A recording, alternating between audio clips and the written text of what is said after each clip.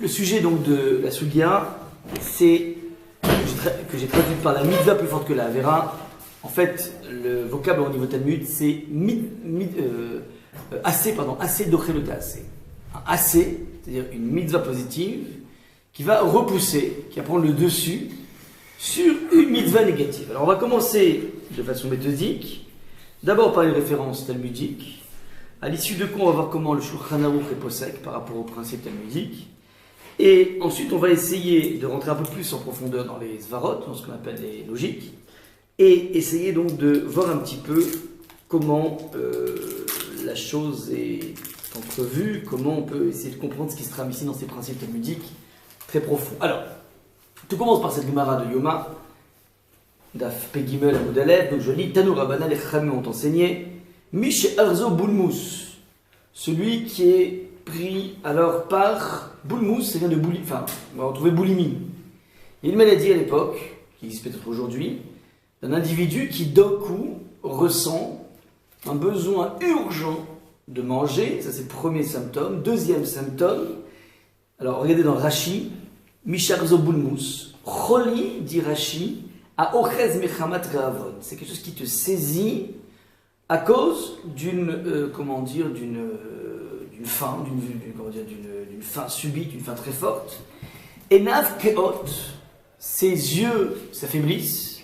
Veu mesukan le mavet. Et c'est pas simplement qu'il a faim, qu'il se sent mal, c'est que ça peut arriver jusqu'à la mort. Donc en fait, il a à la fois une faim colossale et en même temps, des problèmes au niveau des yeux. Ou que shamarito roseret beyadoua chez les trappés. Et lorsque, son aspect, il reprend des couleurs, alors c'est sûr qu'en fait il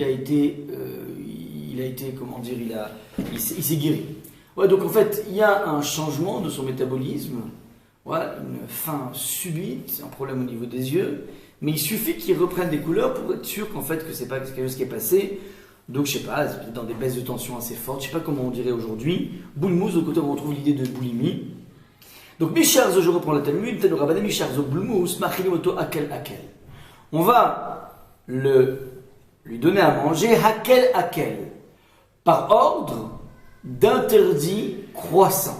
C'est-à-dire, regardez dans Rashi, Machilimoto akel, dit Boromatrin Machilimoto akel, Imen l'udvarim mutarim kedesh tzorko.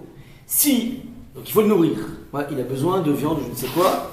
Si on n'a pas de mets kasher, kedesh tzorko en fonction de son besoin, Veyesh lefanenu minei surim, et on a devant nous des choses interdites. Machilimoto akel shebaem. On va commencer par le moins assour, qui est assour mais qui est le moins assour de tous. Éventuellement c'est quand même sur des rabanan. Ou même si c'est un issur de Raïta, mais c'est un issur de Raïta qui est pas qui est moins grave qu'un gros issur de Raïta. Bref, on va aller par posologie croissante, par issur croissant. Donc ça c'est en fait ce qui est marqué. Et la Mishnah avec la Braïta va donner en fait un exemple. Tevel venevela, donc si le bonhomme, on a sous la main soit du tevel, c'est-à-dire quelque chose, un fruit qui n'a pas été prélevé, et que s'il mange son prélèvement, il y a un problème de carette, il y a un problème de peine de retranchement. Venevela est une viande qui n'a pas été shritée, qui a été tuée au flingue.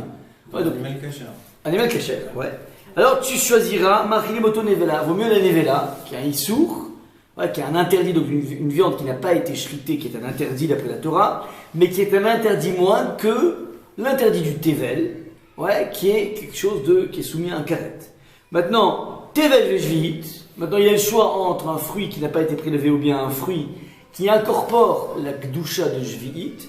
Il prendra le fruit qui incorpore la gdusha de jvit, l'interdit de la jvit, et moins grave que l'interdit de tevel. Bref, donc en fait on fera sans arrêt une sorte de barème, d'échelle, des issues. Donc ça c'est, ce que dit ici la Gemara. Donc le principe est le suivant. On sait, que cette idée de transgresser la Torah est liée au fait qu'on est dans un cas de force majeure, puisque la personne, comme on l'a bien précisé dans Rashi, c'est pas simplement qu'il se sent mal, c'est que la personne risque de mourir. Et s'il risque de mourir, alors on a un principe dans la Torah qui s'appelle Vachai Ba'em, que la Torah est une Torah de vie, et tu ne réalises les mitzvot et tu respectes les averot qu'à concurrence de ta vie.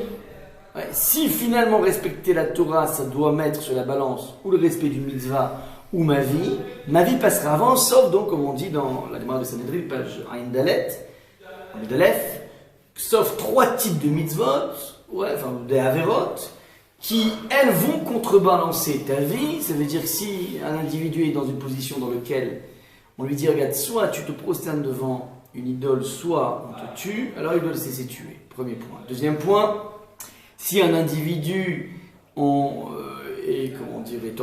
leur donne de tuer quelqu'un, soit tu tues cette personne, soit je te tue, alors on a ordre de se laisser tuer. La Gemara va dire, pourquoi? Parce qu'en fait, Machazid Adea et Sumatfemi A, ça veut dire qui t'a dit au nom de quoi tu pourrais le tuer plus que toi te faire tuer. Ouais, qui t'a permis de pouvoir discriminer entre la couleur des sangs, entre qui t'a dit qu'il est moins noble que toi, qu'il est moins méritant que toi, tu peux pas. Donc, puisque tu peux pas, tu te laisses tuer. Ouais, c'est pas possible d'envisager une vie avec un meurtre dans les mains. Ça, c'est le deuxième point. Troisième point, si on te demande de faire une union interdite, alors là non plus, la vie n'a plus de sens, donc vaut mieux se laisser tout simplement tuer.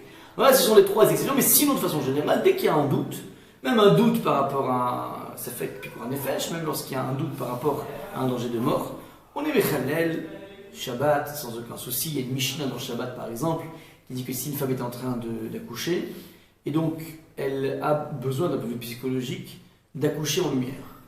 Alors on a le droit, bien que ce ne soit pas un danger d'accoucher dans l'obscurité, mais elle se sent mieux lorsqu'elle accouche en lumière. Donc on a une mitzvah d'allumer pendant le Shabbat une bougie pour lui laisser donc, ce confort psychologique de pouvoir donc tout simplement accoucher. Donc ça c'est le principe classique. Alors maintenant, une fois qu'on a dit ça, on va avoir 2 Shulchan Aruch. Faites bien attention à ce qu'il dit le Shulchan Aruch. On dit la chose suivante. Il va reprendre donc cet cas de la Gemara de Yoma, et la Gemara de Yoma nous parle d'un individu par exemple qui serait même pendant Yom Kippour.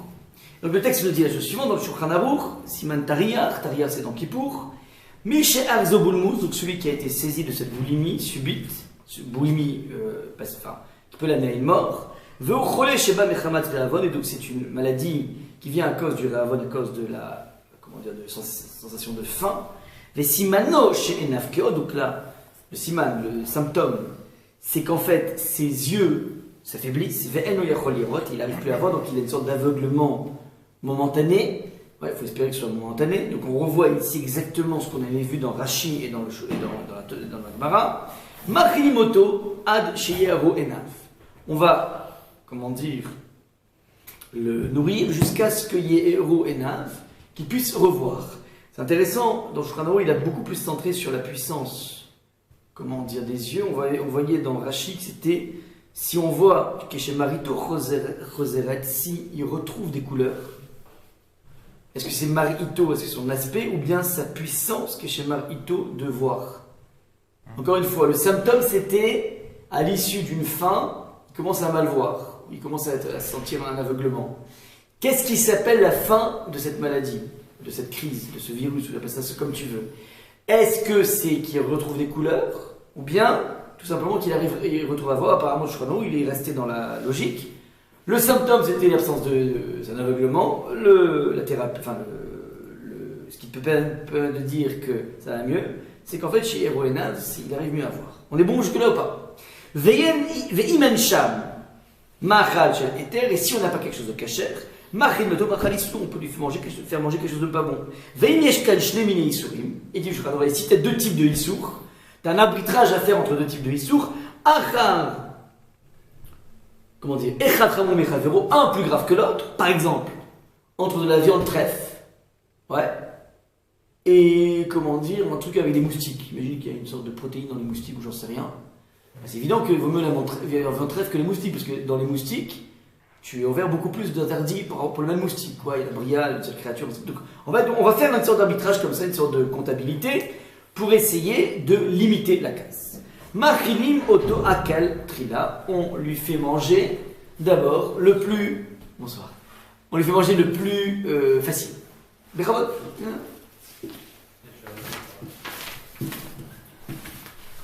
Tu peux lui passer le pick-up. On est bon jusque là ou pas?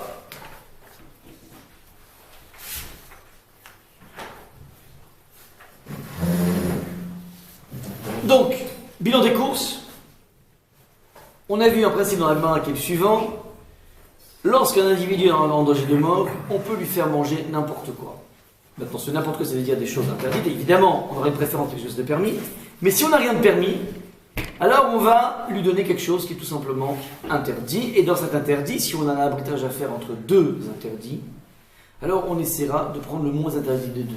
Ouais, donc ça, c'est en fait le principe qui ressort directement du Talmud de la Masechet Yoma, page Pegimel. Et on a vu que le Shulchan Aruch se fait l'écho de cette Gemara pour nous enseigner que effectivement à Kippour, si tu dois, un individu qui s'est pris donc d'une maladie qui est grave, qui se manifeste par une faim subite et une baisse de son acuité visuelle, alors l'individu a le droit de transgresser, donc manger n'importe quoi. Alors déjà de transgresser Kippour, mais qui plus est manger n'importe quoi qui se passera sur la main de façon à pouvoir retrouver sa possibilité de ne pas être dans ce danger de mort. Maintenant, dans l'interdit, on va essayer de choisir le moins interdit de tous. Ça, c'est le premier. Maintenant, faites attention au deuxième Shulchan Aruch, qui est fait dans l'Ilchot Shabbat. Dans les lois de Shabbat, donc on a même cas de figure. Aya cholé chez Yeshbo Sakana.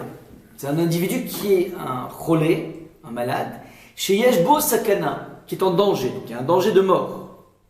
Maintenant, ce Metzavir Bassar, et le médecin arrive et dit voilà, la seule chose qui pourrait guérir ce bonhomme, c'est de la viande. Il lui faut la protéine qui se trouve dans la viande, ou je ne sais pas ce qui se trouve dans la viande qui est spécifique. Il n'y a que le régime de viande qui pourra soigner notre ami. Ça, c'est le verdict du médecin. Alors, à ce moment-là, le Shulchan Aruch dans Shabbat te dit Shortim lo ve'en omrim nachileno nevela. Donc, et tu as le choix. Soit tu prends, un steak qui est issu d'un animal qui n'a pas été shrité. Ouais. Donc, tu as la possibilité d'aller juste en face à Carrefour, et là-bas, tu vois de la viande de bœuf. Ouais, qui est prête à la découpe, donc tu peux vite. Donc, qu'est-ce que tu fais? Soit donc tu vas prendre de la viande nevela, soit tu vas dans ta grange, tu vas faire une shrita, tu vas prendre la bête, tu vas ensuite faire la salaison, tu vas prendre la viande, blablabla, et tu vas lui donner quelque chose de caché pendant Shabbat. Alors il te dit la chose suivante, vaut mieux aller shriter ta bête, ou demander à ton ami qui est shochet de shriter pendant Shabbat une bête, de façon à lui donner quelque chose qui est caché à manger. Et il te dit la chose suivante, donc ça c'est soumis évidemment à cette faculté que le malade, peut attendre. S'il peut attendre toute la difficulté technique de trouver la bête, de la shriter, trouver le bon shochet, et de faire tout ce qu'il faut au niveau cachérisation, ensuite de la cuire, si, tu peux attendre, ça va. Mais si le bonhomme, il doit urgemment maintenant manger de la viande, donc si la nevela, donc la viande non cachère, c'est donc qui n'a pas été shritée, est prête et sous la main. Je peux aller tout de suite à Carrefour, ils ont un rayon dans lequel il y a déjà des choses prêtes, donc je peux tout de suite le prendre. Ou bien je vais attendre 2 ou 3 heures avant d'avoir de la viande cachère, et le bonhomme est prêt, et pressé. Marc Limoto nevela, à ce moment-là on fera la nevela. Donc faites attention, on a devant nous 2 isurim. Quels sont les 2 isurim qui sont devant nous? Dans le cas du malade. Dans le cas du malade de Shabbat. Donc on a 2 types de malades. Il y a le malade de Kippour, qui est pris par une fringale terrible et qui est dangereuse pour sa vie. Alors lui, on lui dit, on te donne à manger ce qu'il y a de cachère. Maintenant, s'il n'y a pas de cachère, on te donne à manger du pas cachère. Et dans le pas cachère, on va trouver le moins pas cachère qui existe. On va faire une sorte de déchet. De la même façon ici, le bonhomme, il a faim. Tu as 2 choses l'une. Soit tu as le temps devant toi pour lui donner de la viande.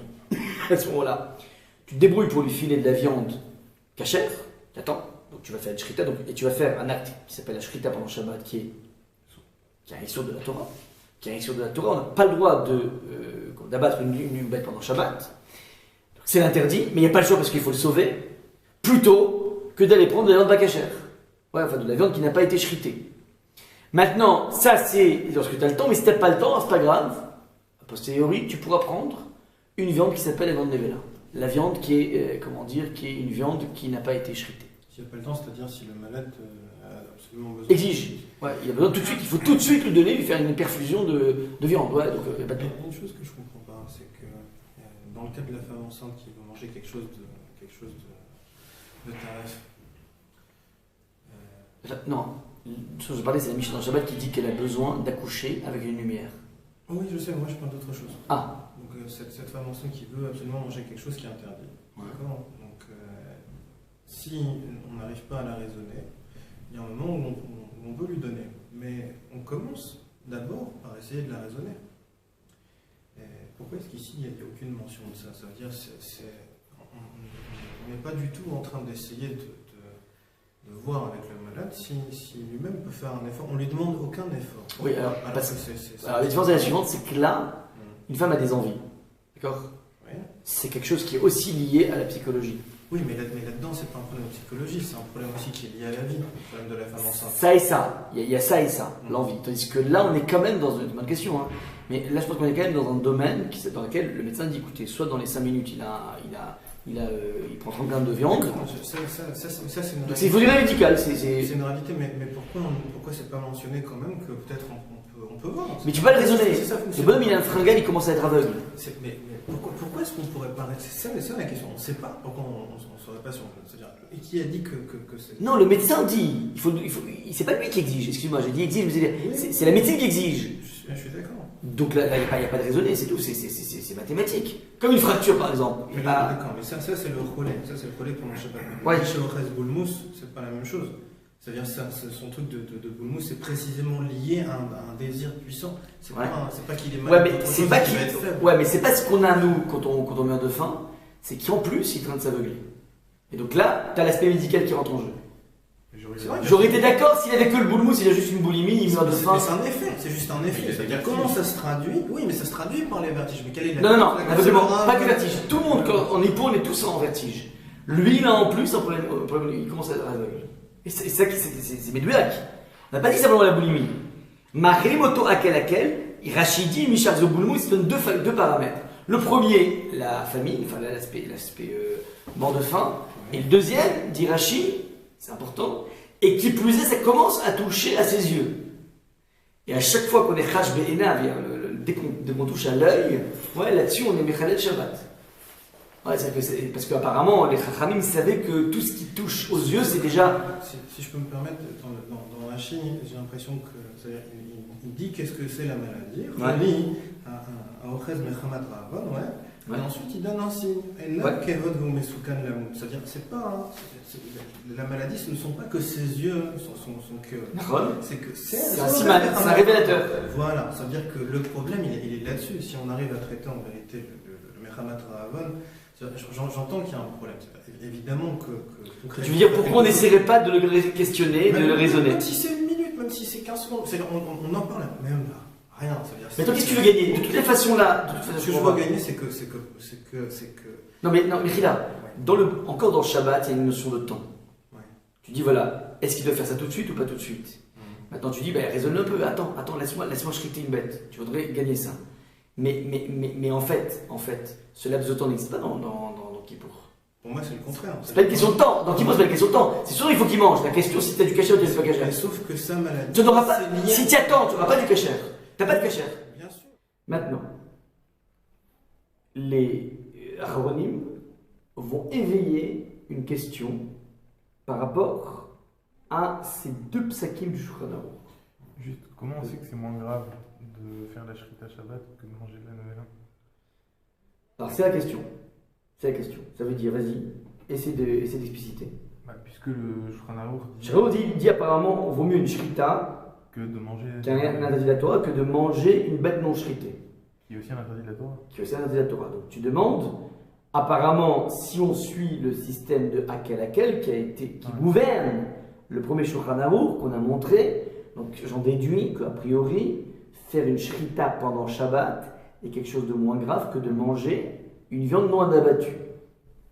Or, c'est pas nécessairement, parce que la viande abattue, c'est lui qui la mange, c'est lui qui fait l'huisson, alors que celui qui va faire la shrita, c'est pas lui. C'est encore pire, tu fais intervenir. C'est pas que tu fais pas intervenir, c'est quand tu n'es pas en train de dire je t'oblige à faire la shrita, c'est qu'il faut s'occuper du malade, tu le fais de toi, mais c'est pas lui qui t'a fait fauter. Donc, dans la comptabilité globale, il y a un issur qui va être fait. Tu choisis le issur de shrita, peu importe qui porte le issur, après c'est pas. Dans la globalité des avéras dans le monde, il y a un issur qui doit être fait. Soit tu choisis il est pas fait par rapport à un individu. Normalement, c'est en fonction de ça, non, mais la personne qui la personne qui assiste à ça, ouais, lui, s'il doit sauver en faisant une shrita, ça veut dire que la shrita, ça devient une mitzvah. On va dire comme ça. Ou bien de lui dire non, tu prends de la nevela. Donc il y a un arbitrage à faire. Soit le issur de la nevela du malade, soit le issur de la shrita du docteur, enfin du copain. Maintenant, a priori, puisque je vois que le Shulchan Arour opte pour une viande cachère par une shrita, donc je peux en déduire a priori que l'acte de faire une shrita est quelque chose de moins grave que l'acte de manger quelque chose de nevela. Or, c'est faux. Pourquoi c'est faux?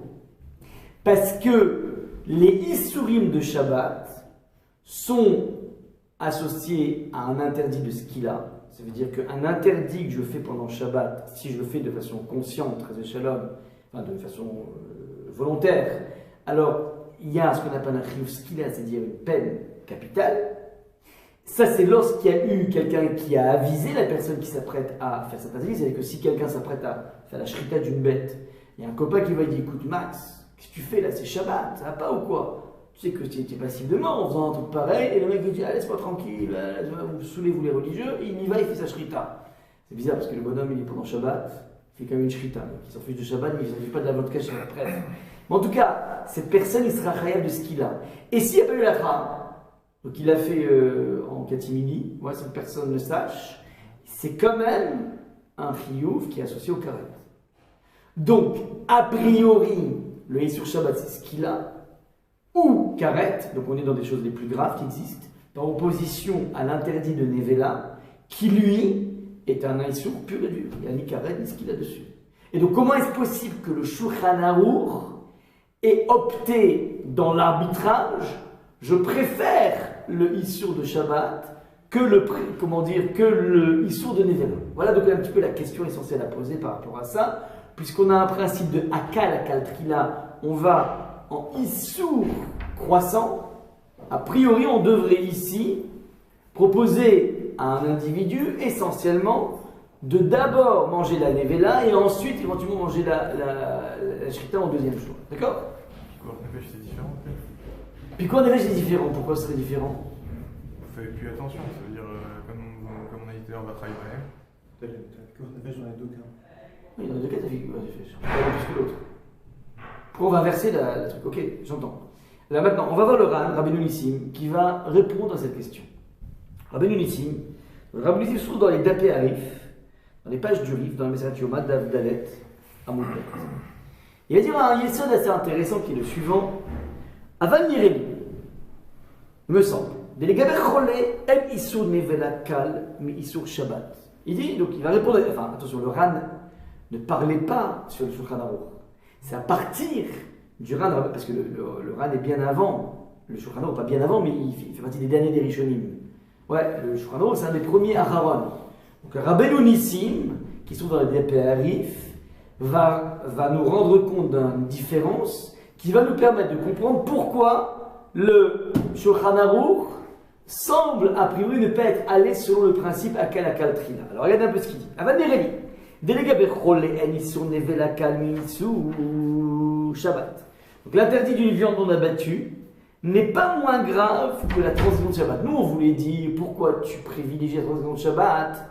Ah, Nevela, normalement on va mettre Nevela qui est moins grave que le transgression de Shabbat. Oui ou pas? On me suit? Des Nevela Issur Lav et Shabbat Issur Skila. C'était la question, je ne comprends pas. Shabbat c'est un Issur Skila, Nevela, et la Nevela c'est un Issur Lav, c'est juste un Lav. Donc on aurait dû privilégier d'abord la Nevela et ensuite faire le Issur Skila. Réponse, Ika. Donc il dit, Shabbat Issur Skila. Il te dit le Ran, Ika Chumra Achare. Il dit attention, il y a une autre sévérité qui se trouve dans le Nevela, qui fait que le Nevela est pire que Shabbat. Bien que dans Nevela il n'y a que Lav, mais c'est pire que Shabbat. Pourquoi? Ben Nevela les fichiers Aochla over Belav Alkol Zaïd Zaïd. Car celui qui le mange, il transgresse chaque bouchée. À chaque bouchée qu'il mange, il est en train de transgresser. Shabbat, Avaleinan Shabbat, lo avar ela beshat shrita. Tandis que le problème de Shabbat, c'est l'instant T de la shrita, qui est un acte interdit. Mais ensuite, la viande, à chaque bouchée que je prends, je suis pas en train de dire, ah, attention, non, c'est la bouchée d'une bête qui a été shritée pendant Shabbat et donc tuée. Non, non. J'ai fait un interdit, après je mange de la viande cachère, ce sont deux choses différentes. Donc il y a eu un interdit clair, qui s'appelle faire une shrita, qui est passible de ce qu'il a, mais qui me met en face ensuite d'une nourriture totalement cachère.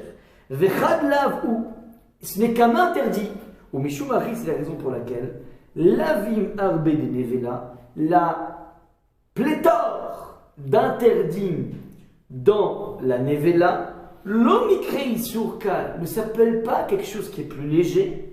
Les gabé chadlav, en regard d'un seul interdit des Shabbat, ve'afalgav de sur ce qu'il a bien que soit sur ce qu'il a. Donc je répète, on a la nature, on a deux natures d'interdits, on va dire de gravité différente. Le Shabbat est beaucoup plus grave que l'issue de Nevela, sauf que le Nevela, il est ouvert à chaque bouchée. Il est ouvert à chaque bouchée. Et puis il y a donc apparemment, d'après le Ran, un phénomène de cumul qui vient faire dire au Shulchan Aruch, donc c'est le deuxième cadre qu'on a vu ici, que fondamentalement, si j'ai le choix entre faire une shrita ou bien manger de la nevela, je privilégierais une shrita parce que finalement, ce n'est que l'espace d'un instant. Voilà donc un petit peu comment le Ran peut nous permettre de comprendre ce qui pourrait apparaître dans le Shulchan Aruch comme étant une entorse au principe de Akal Trila.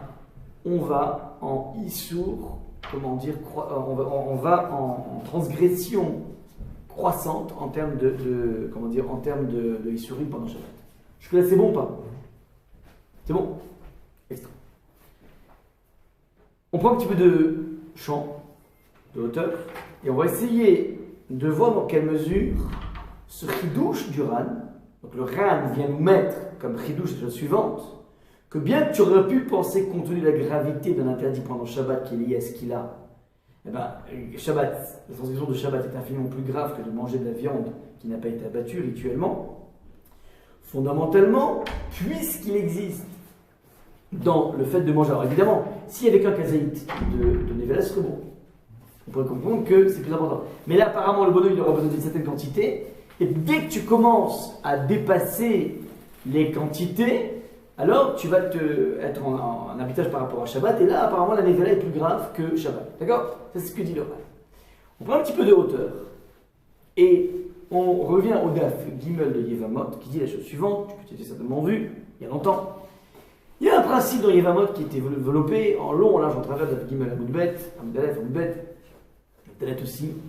Un principe qui s'appelle assez d'Ochelotaz. C'est-à-dire que lorsque j'ai un commandement positif, qui rentre en concurrence avec un commandement négatif. Alors, l'illustration classique dans la Gemara de Yevamot est le suivant, c'est la Torah te demande, lorsque tu as un habit à 4 coins, genre pancho mexicain, à l'époque ils n'avaient que ça les gens pour s'habiller, un habit à 4 coins nécessite de mettre des dilim, des franges, des tzitzit. Donc, le texte dit Gedilim ta'aselecha, tu devras te faire des franges lorsque tu portes un habit à 4 coins. Ça, c'est une mitzvah positive de la Torah. Maintenant, il se trouve que la Torah t'a dit aussi Lotilbash sha'atnez. Tu n'as pas le droit d'avoir sur toi un habit que tu portes, et un habit qui renferme en lui du sha'atnez, c'est-à-dire une composition des fils, qui est un méli-mélo de lin et de laine. C'est la raison pour laquelle lorsqu'on achète des costards, ou à chaque fois qu'on achète des choses dans lesquelles il y a de la laine, on est censé aller faire une vérification très minutieuse par des spécialistes, de façon à vérifier qu'il n'y a pas un mélange. Par exemple, dans les complets boss, des fois, il y avait très souvent dans l'encolure, il y avait donc dans ce feutre qu'ils mettent ici un mélange de sha'atnez, de lin et de laine, qui rend tout simplement donc l'habit interdit à porter, et il y a des conséquences assez incroyables là-dessus. c'est qu'en fait, lorsqu'un individu porte sur une chatnaise, alors les rabbins nous disent que ça bloque toute communication avec le monde de la tfila. Voilà, donc c'est un interdit assez important à faire. Moi, je me rappelle quand je me suis marié, j'avais, acheté plusieurs costumes et je les avais fait vérifier avant de les retoucher. Et donc je les ai fait vérifier, ils étaient impeccables, ils étaient naquis. Et une fois que je les ai fait vérifier, j'ai donné donc à reprendre au niveau des parements, enfin au niveau de toutes les choses qu'il fait. Et j'avais bien précisé au tailleur, fais gaffe, je veux absolument pas que tu utilises du fil de lin. Il m'a dit, ah mais non, ça n'existe plus, on n'utilise pas le fil de lin, j'ai du coton, lui, on traîne les bobines, bon, j'étais tranquille. La personne qui m'avait contrôlé, ce tzaddik, alors il m'a vu, donc juste avant le mariage, il m'a dit, écoute, regarde, tu as fait des erreurs, tu sais, ça vaut le coup comme ça, laisse-moi encore revérifier. Ouais, je vais te faire revérifier parce qu'on ne sait jamais. Je dis, non, mais c'est bon, on ne sait jamais. Il a revérifié, il m'a trouvé dans la manche du complet que j'étais censé mettre sous la roupa, il m'a trouvé encore un fil de lin que le bonhomme a mis, il m'a dit qu'il m'en avait pas, il en a mis. Et quelque part, c'était essentiel parce que finalement, dans la roupa, et je souhaite pour ceux qui en ont besoin, je souhaite de pouvoir rentrer sur la roupa. Dans la roupa, c'est le lieu, c'est la citerne dans laquelle on remplit toutes les brachot pour toute la vie. Ouais, ça veut dire que c'est le moment où il faut prier pour soi, on peut prier pour autrui, mais avant tout, prier pour son couple. Et donc, j'aurais pu perdre une occasion exceptionnelle de pouvoir communiquer avec Hachem. C'est un jour de grâce, un jour dans lequel il nous écoute. Donc, grâce à cette intervention, et moi, jamais j'aurais pu penser, et il m'a sauvé ma roupa quelque part. Donc, voilà un petit peu le point. Alors, le texte, il nous dit, la chose suivante, tu ne peux pas faire maintenant. Puisque la Torah t'interdit d'un côté le shatnez, mais de l'autre, te demande de mettre des franges. Alors on apprend que assez de chelota, assez, tu as le droit dans ton talit en laine d'incorporer des gdilim qui seront en lin. C'est-à-dire qu'on va tolérer dans le cadre de la mitzvah de gedilim ta'aselecha, tu te feras des franges, puisqu'il y a un assez, volontiers, puisqu'il y a un assez, un commandement positif de la Torah, alors ça t'autorise à outrepasser l'interdit du shatnez. Et donc on peut tout à fait envisager, bon ça se fait pas, parce qu'on n'en trouve pas, merci. On n'en trouve pas des trucs en lin, mais ça pourrait tout à fait se faire d'avoir un poncho en lin et d'y mettre des fils en laine, aucun souci. Je sais pas, je comprends plus ou moins dans le cas où on a que du lin sous la main, mais si on peut faire comme on veut, j'arrive pas à comprendre en quoi la vraie est repoussée. Parce que la mitzvah phagocyte la vera. On va essayer d'expliquer pourquoi, comment ça fonctionne. D'accord ? Comment se fait-il que le monde de la mitzvah puisse. Alors, il y a des règles là-dedans, ça veut dire. Il y a une chose que je comprends, c'est que dans ce cas-là, pour le dernier cours, c'était la mitzvah. Oui, mais ça ressemble. J'arrive pas à comprendre la différence. La nuance. Là, on est en train de dire, tu veux faire la mitzvah du talit, il faut d'abord faire l'histoire de. Alors, tu demandes quelle est la nuance entre assez doré le assez et mitzvah abba avera.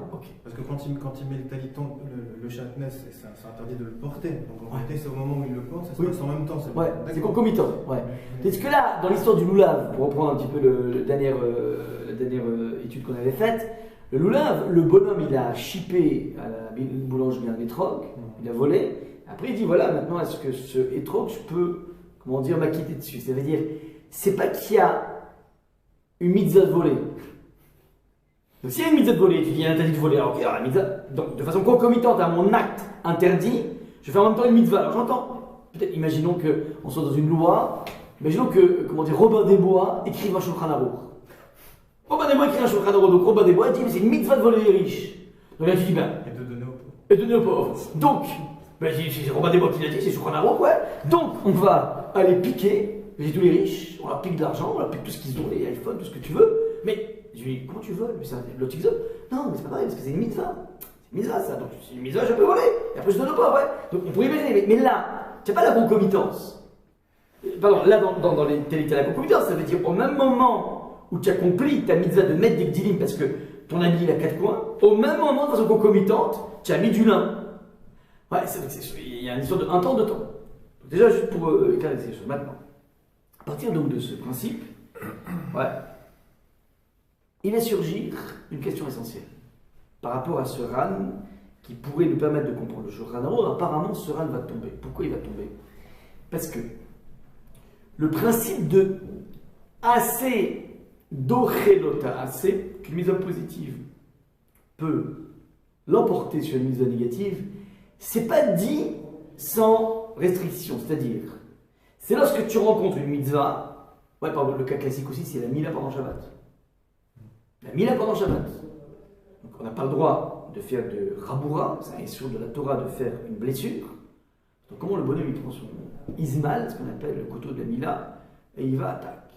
Pourquoi? Parce qu'en fait, il y a un interdit de faire ça. De l'autre côté, kol zachar, yimol kol zachar b'yamashmini. On doit, comment dire, circoncire, une mitzvah de la Torah, de circoncire le 8e jour. Il trouve ça au Shabbat. Ouais, c'est au Shabbat. Donc, c'est au Shabbat, la mitzvah me dit, fais la mila. Shabbat me dit, ne fais pas la mila. Qui l'emporte? C'est la mila. Ah, c'est l'ochelota, c'est ce qui nous permet. C'est la même action. Comment? Parce que c'est la même action. Ouais, donc ça c'est le. Maintenant, il y a des limites dans ce principe. C'est que mitzvah, comment dire, assez d'ochelota assez, c'est jouable même s'il y a plein de lota assez. C'est-à-dire, lorsque je fais une mitzvah, elle peut repousser plein de lota assez, mais attention, pas un lota assez, d'abord pendant les vamot, qui est associé à un karet. Ouais. Donc je répète. Mitzvah assez d'ochelota assez à condition qu'il n'y ait pas, comment dire, en face du assez, quelque chose qui est du domaine du karet, comme Shabbat. Et donc la question va se poser ici, je répète, le bonhomme, il y a une mitzvah de le sauver. La Torah te dit vachai ba'em, ça c'est la mitzvah positive, vachai ba'em. De l'autre côté, la Torah t'interdit de faire une shrita. Alors tu te dis c'est pas grave. Le vachai ba'em, vivre, l'emporte sur le lota assez. C'est quoi le lota assez? C'est-à-dire l'interdiction de faire une shrita. Alors je dis que ça marche assez de lota assez à condition qu'on n'ait pas en face de nous une puissance qui s'appelle le karet. Ouais, mais il y a quand même un. Question la suivante. Il aurait été beaucoup plus judicieux de mettre d'un côté la pulsion de vie, la mitzvah de vie, vachai ba'em, donc sauver le bonhomme. Ah, ça c'est le assez. Maintenant le lota assez, ouais, c'est quoi? C'est qu'il mange de la nevela.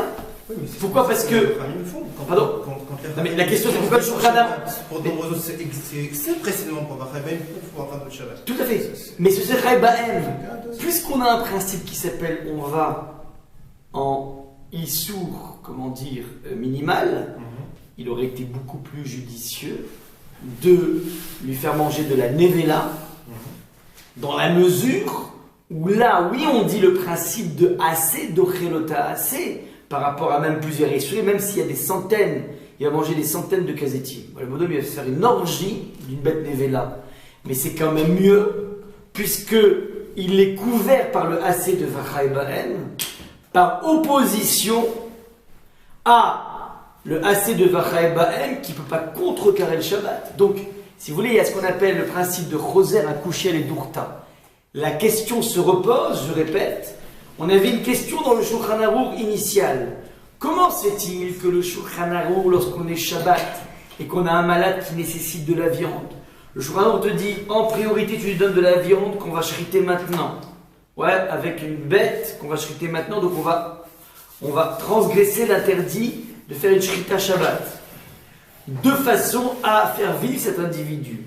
Plutôt que de lui donner de la nevela, on a posé la question, mais je ne comprends pas, Shabbat c'est grave, c'est karet, et la nevela c'est pas karet, c'est, comment dire, c'est que là.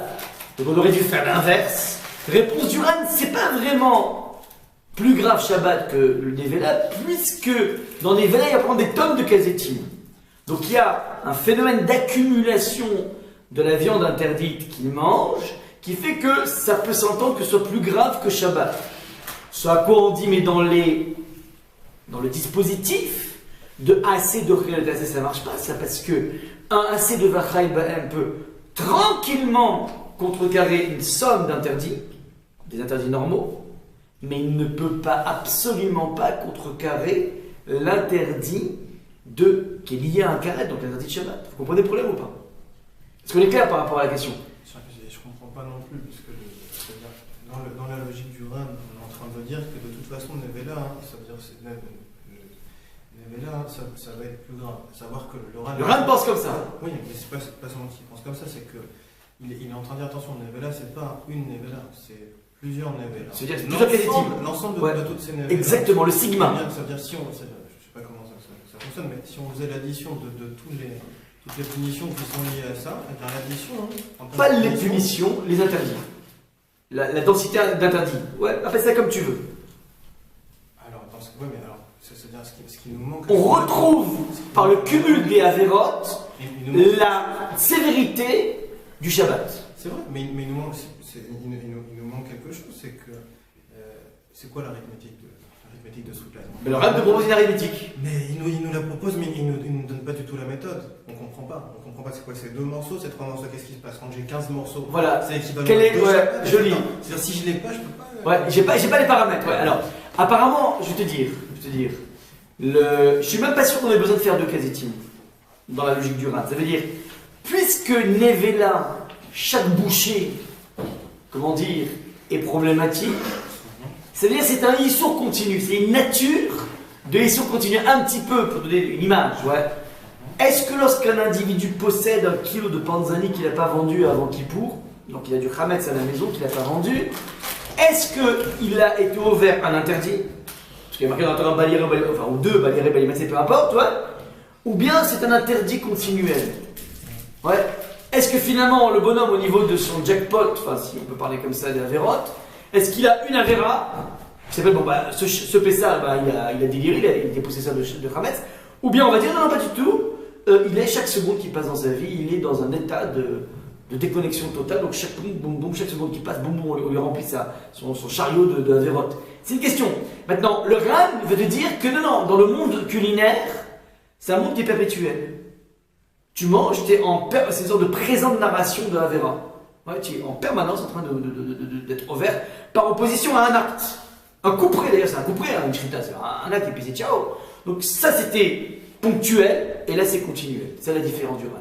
Là-dessus on pose la question mais je ne comprends pas. Mais ça doit être continuel. On entend facilement qu'une mitzvah de la Torah a assez pour être doré le sigma de toutes les mitzvot, de toutes les avérotes, pardon. Mais depuis quand le assez de Vachai Bahem pourra lui contrecarrer un karet? Alors il me semble qu'il y a encore une chose dans le Ran, avant que je dise des graves bêtises, c'est que l'Issour Nevela c'est une chose, mais dans la façon de pratiquer ce Issour Nevela, on dirait qu'il y a autre chose. Il y a une autre notion que simplement le Issour Nevela. C'est-à-dire, si je traduis ça, on n'est pas dans une arithmétique, à savoir que manger 15 morceaux de Nevela, c'est pas manger 15 fois un morceau de Nevela. C'est manger de la Nevela, et à part ça, il y a une certaine attitude je sais pas. Sourd et de Avera à déterminer. Mais machma de la façon dont s'est exprimé le Ran, ouais, qui dit non, là, il y a la sévérité, c'est la sigma des Kazaïtes. Parce que ça ressort un petit peu du texte qui est en dessous, puisque dans le texte qui est en dessous, on amène la notion de marad. Et là, on est en train de dire, il y a quelque chose d'autre. De marad, de Mered, de rébellion. Alors, mais là, c'est un truc en plus, c'est-à-dire techniquement on ne la voit pas, mais dans la façon de faire l'interdit, il y a quelque chose qui s'ajoute et qui alors on va 2 secondes, et donc ce qui se trame. Alors, pour essayer donc d'en découdre avec donc cette question, on a compris la question, ça veut dire, on a l'impression que les klalim, les lois, les principes, les axiomes, les théorèmes du concept de assez de relota assez n'ont pas été respectés ici, et donc ce serait donc une question par rapport au Ran de Segmarot de Yéhan. Alors maintenant, essayons de comprendre pourquoi Béhémet, donc c'est une donnée de base de la Gemara, l'axiome de assez de relota assez. Essayons de réfléchir pourquoi. Qu'est-ce qui fait que assez de relota assez? Qu'est-ce qui fait que Béhémet, c'est marqué dans la Torah, on va faire autrement, Gedirim te assez, lecha she'atnez lotilbash. Donc la Torah t'autorise, mais la question pourquoi? Pourquoi la Torah va privilégier lorsqu'il y a un fight, un battle, entre une mitzvah et une avera, là-bas tu dis tu écoutes la mitzvah, tu écoutes pas la avera. Pourquoi? D'où ça vient ça? Il faut comprendre quelle est la zvara qui sous-tend cet axiome qui est marqué dans la Torah. Peut-être que la mitzvah est plus importante que c'est une mitzvah constante. Par exemple. Mais le shadez il est constant aussi. Oui, mais. Ouais. En l'occurrence, la mitzvah de mettre les trucs il est constant, Oui. et porter du shadez c'est aussi constant. Donc, les deux, c'est perpétuel. La Mina Shabbat aussi c'est perpétuel. Il y a la mitzvah de circoncis à chaque instant. Non, parce que si une mina qui est nitrée, on ne fait pas Shabbat. Lorsque, pour des raisons X, l'enfant ne peut pas avoir de brit mila le 8e jour, alors on ne fera jamais une mila Shabbat. Non, c'est 8e. Ouais. Donc c'est indigne dans le 8e, c'est pas perpétuel. Ouais. Donc là on a vraiment alors, on va prendre un petit peu de recul à partir d'un Ramban dans Shemot Perek Kaf. Il se trouve donc dans le Diboran Zachor et Yom Shabbat. Lorsque Akadosh Baruch Hu nous enjoint, on n'a pas jamais trop dans les 10 commandements de Zachor et Yom Shabbat, alors le Ramban nous donne une information assez intéressante sur la notion de, de assez de Chelota assez. Davinze, essaie de comprendre. Va'ama, ve'emet ou, et c'est une vérité. Gamkem ki midat, Zachor, Ramzou bemitzot assez. Car Zachor va nous donner, Zachor, Shamor, donc Shabbat, tout le monde sait. Zachor, c'est la dimension positive, donc c'est faire le Shabbat, c'est-à-dire mettre en place tout le cadre de réalisation du Shabbat. Et Shamor, c'est éviter de faire tous les interdits. Zachor et Shamor. La chose suivante. Midat Zachor, Ramzou bemitzot assez, ve'u ayotse mi midat ha'ava, ve'u le midat ha'rachamim. Ouais, c'est quoi les Zachor? Ve'u ayotse mi midat ha'ava. Ça provient d'une propension à aimer. Ve'u le midat ha'rachamim, mais c'est en fait ce qu'on appelle cette propension à aimer qui provient de la propension à la rachamim, c'est-à-dire à la miséricorde. Qui a osé mitzvat Adonav, car celui qui réalise la mitzvah de son maître, Adonav, excuse-moi, qui a aussi mitzvot, celui qui fait des mitzvot, Adonav aouv lo. C'est éveil dans la rachamim peut-être. Pardon? Le midat ha'ava, c'est que quand on fait quelque chose de midat ha'ava, ça éveille midat ha'ava. Ou bien ça provient d'eux? Ouais, parce que là, les mêmes midat ha'ava. Et vous, les midat ha'ava? Non, mais il vient d'eux. Ouais. D'accord? Qui a aussi mitzvah Adonav aouvlo, va Adonav merachem alav. Donc il donne les deux aspects, l'amour et la miséricorde. Ouais, ça veut dire qu'il a pitié d'eux. Ça veut dire, lorsque tu fais quelque chose de bien, premièrement, ça fait plaisir au Créateur. Deuxième chose, ça entraîne qu'il aura pitié. D'accord? Donc ça veut dire qu'il sera enclin à pardonner. Deux choses, il y a deux aspects qui est marqué dans le Ramban. Au midat shamor et la propension à garder donc tous les isurim, mais mitzvot, l'ota'asé, dans les mitzvot de l'ota'asé, d'interdit, veut les midat adin, c'est partie de la rigueur, veyotse mimida ta'ira, et ça provient de la propension à la crainte, qui a nishma mi asot davara, car une personne qui s'empêche de faire quelque chose de mal, be'ene adonav, yere auto, donc qui s'empêche de faire quelque chose qui ne plaît pas à son maître, Yaroto, c'est révélateur d'une crainte. C'est la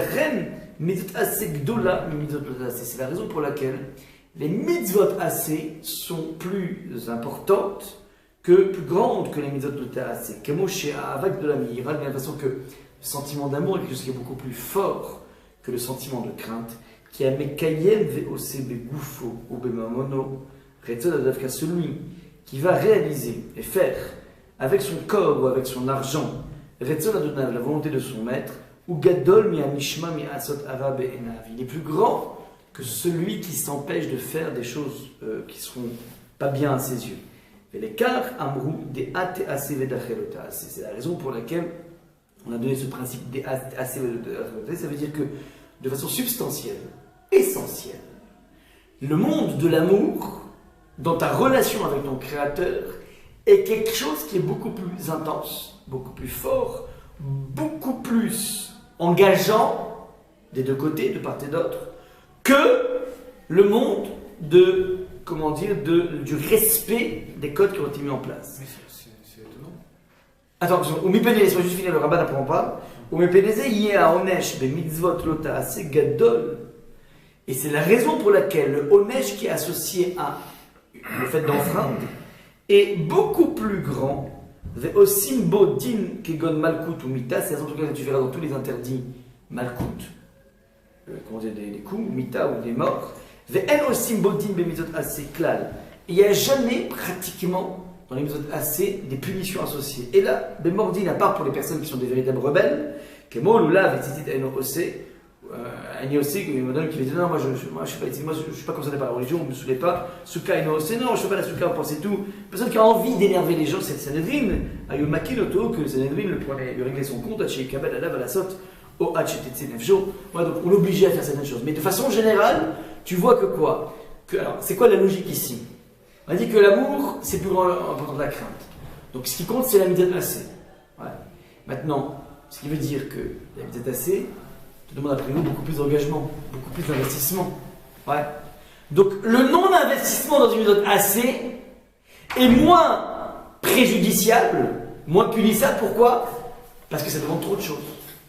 Par opposition à l'ota assez, qui n'est pas révélateur d'un engagement total, qui est juste un respect. Ouais, donc il a mis un cas que tu respectes. Donc enfreindre quelque chose qui est relativement facile à mettre en place, qui ne t'engage pas tellement autant que l'amour. Ouais, c'est-à-dire en d'autres mots, le sentiment de crainte est beaucoup plus simple que le sentiment d'amour. Et si tu n'as pas respecté ce sentiment de crainte, ça je comprends le Ramban, ça veut dire que fondamentalement, c'est grave. Parce que ce qui est facile, qui est à ta portée, tu ne l'as pas fait, il y a un problème grave ici qui se met en place. Maintenant, que tu n'arrives pas à marquer des buts, faire des mitzvot, ça là-dessus, il faut que tu t'évertues. Mais là-dessus, on ne va pas te punir au même titre qu'on te punit par rapport à ça. D'accord? Ça, c'est ce que dit le Ramban. À partir de là, ouais. Donc ça c'est, si vous voulez, l'arbitrage entre ce qu'on appelle le assez docholot assez. Donc le Ramban, je répète, sa clé de répartition est la suivante. Le assez docholota assez est lié au fait que le assez l'emporte parce qu'il nécessite un beaucoup plus grand engagement mutuel aussi bien du maître que de l'esclave. Ça c'est juste la lecture du Ramban. On va voir maintenant, si vous voulez, la lecture du Rav Nissim Gaon, qui se trouve donc dans le Shabbat, Flamet Gimel Amoud Aleph. Rav Nissim Gaon, c'est un Gaon donc avant les Rishonim. Ouais, ce sont des personnes qui ont essaimé 6e, 7e, 8e, 9e siècle, donc ils sont des personnes qui sont avant les Rishonim.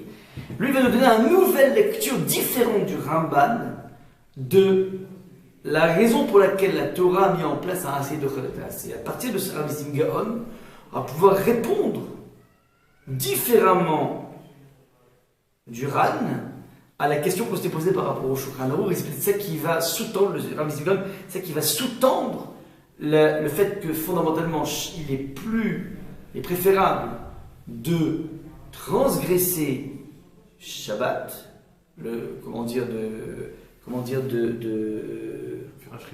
faire Shrita. Ouais. De faire Shabbat plutôt que de manger la nevela. On va essayer d'expliquer ça de façon différente du Ramban. Mais pour le Ramban, comment est-ce qu'on répond justement au fait que c'est mieux de faire la Shrita que... J'ai pas de réponse. Ah, A priori, on reste avec cette question. Assez de Cholates, et ça veut dire que d'après le Ramban, là, il existe peut-être un certain type de Isurim. Comment on va expliquer d'après le Ramban que le assez l'odochelota assez qui est le carré? Parce que il existe un cadre qui est certainement pas très évident à mettre en place, le cadre de Shabbat, qui lui, donc tout ce qui est lié à Karet, comme l'idée, comme beaucoup de choses, ces choses-là, demandent certainement un effort. Et ne pas les respecter cette fois-ci, alors là-dessus on ne pourra pas dire que assez d'ochelota assez, il y a une suprématie du assez, parce que là, tout ce que tu mets en place peut-être dans le Issour, est quelque chose qui est beaucoup plus dur. Et donc à ce moment-là, il y aura plus, on arrive au moins à comprendre après le Ramban, pourquoi le assez d'ochelota assez n'est pas un cas aveugle, il est lié, au type de assez et au type de l'ota assez qu'on va rencontrer. Ça c'est lui. Maintenant, regardez la Singon qui est assez génial sur un Singon, qui dit ce suivant, qui va aussi donc aborder cet arbitrage entre AC et l'ota AC, qui zé l'ota AC et le charé bechol davar. Attention, l'ota AC, il n'est pas à géométrie, il est à géométrie variable. Et la meyuchad, il a une certaine spécificité. Vechi atzivui shene'emar acharav utnai alav vechi loba. Il dit comme ça que le tzinik tzivui, lorsqu'il y a un lota AC et un AC. Donc, lotiba shatnez, gedilim ta AC les chasel pasuk. Donc, il y a un lotibat, donc on t'interdit de mettre du lin et du laine. On dit juste après, Gedilim ta'aselecha, cet ordonnancement des mitzvot et des averot, te dit le Rabbi Singer la chose suivante, Vechen atzivou chez les maracharav, donc il y a d'abord un interdit, ensuite un tzivouy, ou tnaï alav. Le tzivouy, c'est une condition de l'interdit. Vechi lo ba le azir ella al levishet kilaim chutz mi mitzvot tzitzit. Cette façon de présenter les choses n'est pas là pour te dire qu'on t'interdit toujours de faire shatnez à part dans tzitzit. Aval mashi u me'urav michute pishtan imatanit shal tzemer she'im mitzvah eno nichnas bazo azara. Donc la lecture de ce verset n'est pas tu dois toujours respecter le non-mélange d'Aïlen, sauf exception pour Shatnez. C'est comme ça qu'on a toujours lu. Ça veut dire, toujours tu respectes Shatnez, sauf, bon, il y a un cas spécial qui s'appelle Shatnez. Ouais. C'est pas comme ça qu'il faut lire le Rabbi Singer. Et là, Moutar ou. C'est pas que c'est une sorte d'exception dans l'interdit, c'est exactement l'inverse qu'il faut voir. Et la Moutar ou va Mourachamim, chez Davarze Ikaru, chez Mismor Allah, Vechi, Kol Azara Shem Ima Karet chez Batora, Kartidaka. Chez Baet, chez Ira Chiyuv Mitzvat Ase, Nitre Azara, chez I Lota Ase. Ça veut dire, lorsque est apparue la mitzvah de mettre des guidilim, d'entrée de jeu, elle est venue empêcher l'existence de l'interdit du Shatnez. Venekayem Atzivu Shiu Ase, Vetavo Mitzvah Ase, Vetitre Lota Ase. Ça veut dire en deux mots. Le Rav Nissim Gaon te dit que ce n'est pas, comment dire, un fight entre AC et Lota AC, c'est qu'il n'y a de Lota AC qu'à partir du moment où il n'y a pas de AC. Le Lota AC est né dans un vide de AC. Cette lecture du Rav Nissim Gaon est révolutionnaire. Qui a Azara Shelav Alze Atnaï Ne'emra. C'est-à-dire que la Torah a prononcé un interdit, a pris le micro pour prononcer un interdit, ouais, à condition que cet interdit ne touche pas à la permission. Ça veut dire, la question est qui est en premier? Qui est venu positionner en premier? On a cru jusqu'à présent qu'il y a des interdits, puis avec des petites exceptions, autour de petits astérisques. Bon, là, écoute, je ferme les yeux là-dessus. Non, c'est pas comme ça. Il y a un monde de permission. Il y a un monde de mitzvot, pardon. Même pas de permission, de mitzvot. La vie, c'est des mitzvot. Tu fais des mitzvot. Maintenant, là où il n'y a pas la mitzvah, bon, peut se loger, pas obligé, peut se loger en interdit. Donc ça commence. Qui commence? Tu mets des titites.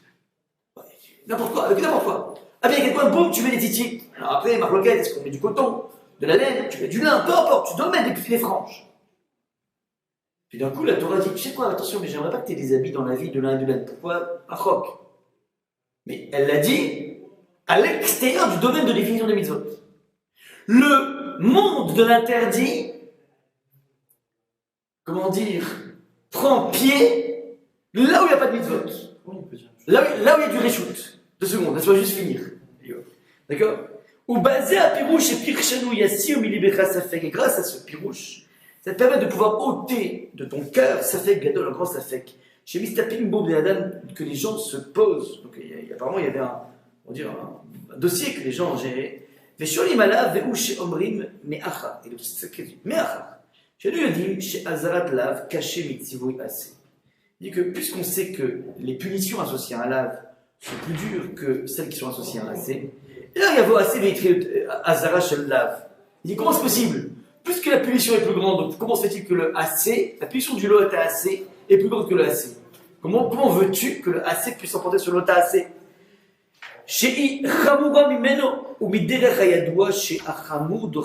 Or, il y a une logique, que le sévère, il est plus fort que le calme, que le moins sévère, c'est évident. Et là, je sais pas, Amim, chez Ole al-Da'atan, chez Shbe Inyan Azé, Inyan Chazara, Badavar Rishon. Qui plus est, donc, il y a quelque chose qui revient sur lui, il dit le Rav, ou Mash Igdamu chez Azara chez Lav. La Torah a pris le micro de l'interdit pour énoncer un interdit. Lav karne emra meyuchedet, vechiet sivu shel aset tnai uba. C'est à condition qu'il n'y ait pas déjà un AC. Mais puisque le AC s'est déjà installé, il a planté son territoire, le AC.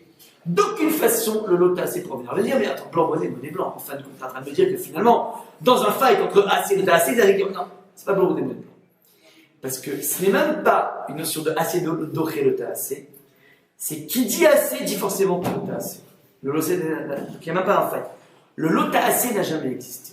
À partir de là, on va comprendre exactement ce qui se trame. Dans le monde des mitzvot et des averot, lorsqu'il y a un Gedilim Ta'aselecha, le Gedilim Ta'aselecha s'installe et ne donne la permission au Lota AC d'exister qu'à condition qu'il n'est pas en porte-à-faux avec le AC. Il y a une réalité d'un AC qui doit être imposée. Maintenant, attention, le mail suivant, il y aura de Lota AC qu'à condition que le AC le accepte. Donc, dans le champ qui a été libéré. Maintenant, attention, Lota AC qui a un carré, ça oui, il n'y a pas de mal. C'est-à-dire, le AC s'installe et le Lota AC s'installe à concurrence que le AC lui permet. Mais pas un Lota AC qui a un carré. Pourquoi? Ça, c'est les gdarim c'est-à-dire que lorsqu'il existe, on pourrait amener éventuellement la Zara du Ramban, qui dit que le champ du AC s'est mis en place à condition que les Khatrila soient un champ qui, lui, cette fois-ci, ne rencontre pas le monde de Karet. On va inverser la Zara. Oui, non, mais ça, c'est parce que c'est la Gemara qui dit ça, mais ouais. Selon Rav Nissim Gad, comment est-ce que lui, il explique que sa logique, elle a l'air d'être absolue, en disant que le AC n'existe. Le lot AC. Que le lot AC n'existe que s'il n'y a pas de. Ça a été dit, cette logique n'existe que lorsque on n'est pas par rapport à un interdit capital. Comme Kippour, comme Shabbat, comme tout ça. Mais donc ça marche plus de dire que ça n'existe plus. Parce que lui, c'est. Le lot AC, c'est-à-dire, on dit, les lots AC, non, la Torah a pris le micro des lots AC, des lots AC tout court, pas avec carrette. Qu'à concurrence de ça veut dire que le AC est une condition de l'émergence du lot AC, du code du lot AC. On fixe le guédère de la façon suivante. À partir de là, on peut comprendre la nuance entre AC de et AC et ce qui se passe dans Pikuar Nefesh. Dans Pikuar Nefesh, lorsqu'il y a un danger de mort, bon là, le Shulchan Aruch va te dire, à partir du moment où il y a un danger de mort, ce n'est pas les principes, les sacro-saints principes de AC, doré, de AC, mais c'est un autre principe qui s'appelle que Pikuar Nefesh repousse toute la Torah. À partir du moment où Pikuar Nefesh repousse toute la Torah, alors le Pikuar Nefesh, lui, a aussi, si tu veux, cette faculté non seulement de mettre de côté tout ce qui s'appelle les interdits classiques, mais a aussi cette faculté de pouvoir repousser un interdit de karet. Ça veut dire que la force du AC de Vachai Bahem est tellement fortement installée qu'elle peut, oui, souffrir, comment dire, la concurrence avec le Lota. C'est-à-dire que le Lota, c'est-à-dire, lorsqu'on est dans le chapitre de, du Pikuar Nefesh, de danger de mort, à partir de là, il n'y a plus rien dans la Torah, à part les trois avérotes essentielles. Et donc, le Shulchan Aruch peut très bien dire, on va choisir plus le Chilul Shabbat, bien qu'il soit associé à un karet, que le Chiyuv du Nevela, parce que dans le Chiyuv du Nevela, alors soit on va utiliser éventuellement, pas forcément la Svara du Ran, on va tout simplement utiliser le fait que le distinguo entre karet et pas karet ne joue pas au niveau d'un Pikuar Nefesh. Est-ce qu'on ne pourrait pas dire aussi que justement dans le cas de Pikuar Nefesh, le Shulchan Aruch nous dit qu'il faut faire le plus grand ISO pour dire que dans Pikuar Nefesh, il n'y a pas de barrière et que c'est vraiment doré pour que la Torah là. Ah, tu veux dire aller à rebours? Non, mais le Shulchan Aruch s'appuyait sur la Gemara de Yoma. Donc ce serait une nouvelle lecture de la Gemara. Tu as clairement dit entre Juvit et Tevel. Donc tu n'as pas fait ce calcul. Ouais. Donc c'est pas une sorte de moussard pour te dire non, c'est qu'en fait fondamentalement, les nuances classiques de catégorie de l'art ne rentrent plus du tout en jeu lorsqu'on est en phase d'un Pikuar Nefesh, qui nous permet de pouvoir comment dire, pouvoir de comprendre comment le Shulchan Aruch a opté pour un karet par rapport à, comment dire, par rapport à Nevela, parce que, sous-entendu par rapport au Ran, avec le Ran, c'est-à-dire que le Ran, a clairement, comment dire, milité qu'en fait il y a quand même une. C'est pas que c'est plus rameau, enfin, on pourrait dire qu'on n'a pas besoin d'avoir dire que le Nevela est plus rameau, mais en fait il y a comme une multiplicité de lavim. Le Shulchan Aruch préfère que tu sois ouvert sur la Shkita.